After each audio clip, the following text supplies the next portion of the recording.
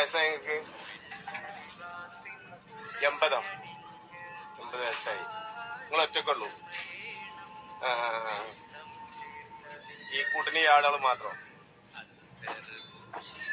എത്ര കാലമായി ഇങ്ങനെ ഒറ്റക്ക് താമസിക്കാൻ തുടങ്ങിയിട്ട്? ഒറ്റക്ക് തന്നെയാണ് താമസം? പിന്നെ ബാത്റൂമും സൗകര്യമൊക്കെ ഇവിടെ അപ്പുറത്തോ? വെള്ളമൊക്കെ ഉണ്ടോ? എവിടുന്ന്?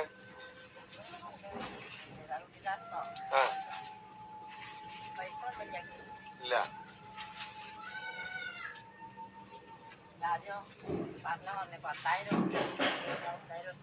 ആരെ 10,000 രൂപ വെച്ച്? എന്തിന്?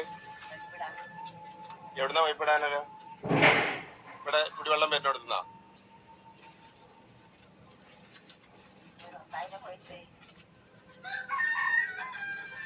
10 ഉറുപ്പ്യ കയ്യിലില്ലല്ലേ? പിന്നല്ലേ 10,000?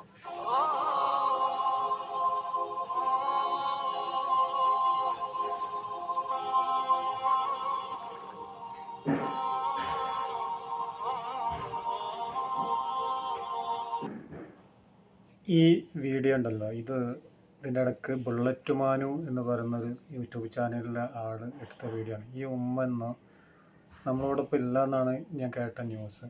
മരണപ്പെട്ടു പോയി. ഈ ഒരു പാവപ്പെട്ട ഉമ്മ 80 വയസ്സായൊരു ഉമ്മയാണ്. ഈ ഉമ്മ തനിച്ച് താമസിക്കുന്ന ഒരു വീടാണിത്.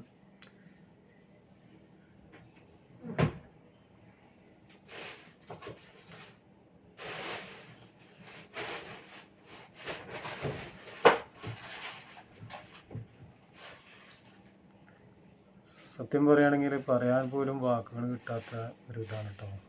കുറച്ച് നേരം ഒന്ന് നിന്ന് പോയത്.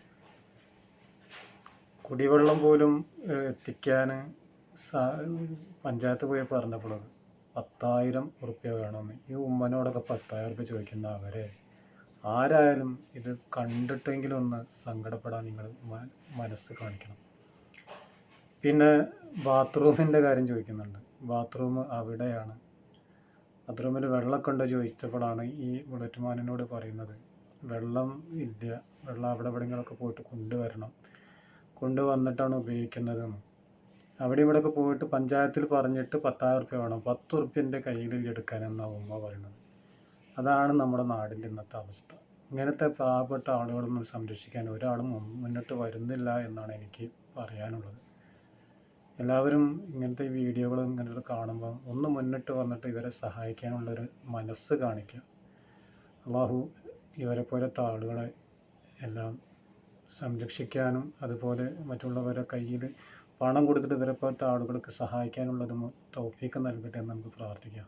ഈ ഉമ്മാൻ്റെ മരണപ്പെട്ടു പോയ ഉമ്മാൻ്റെ ഖബറിനെ വിശാലമാക്കി സ്വർഗ്ഗപൂന്തോപ്പാക്കി കൊടുക്കണം റബ്ബേ എന്ന് നമുക്ക് പ്രാർത്ഥിക്കാം.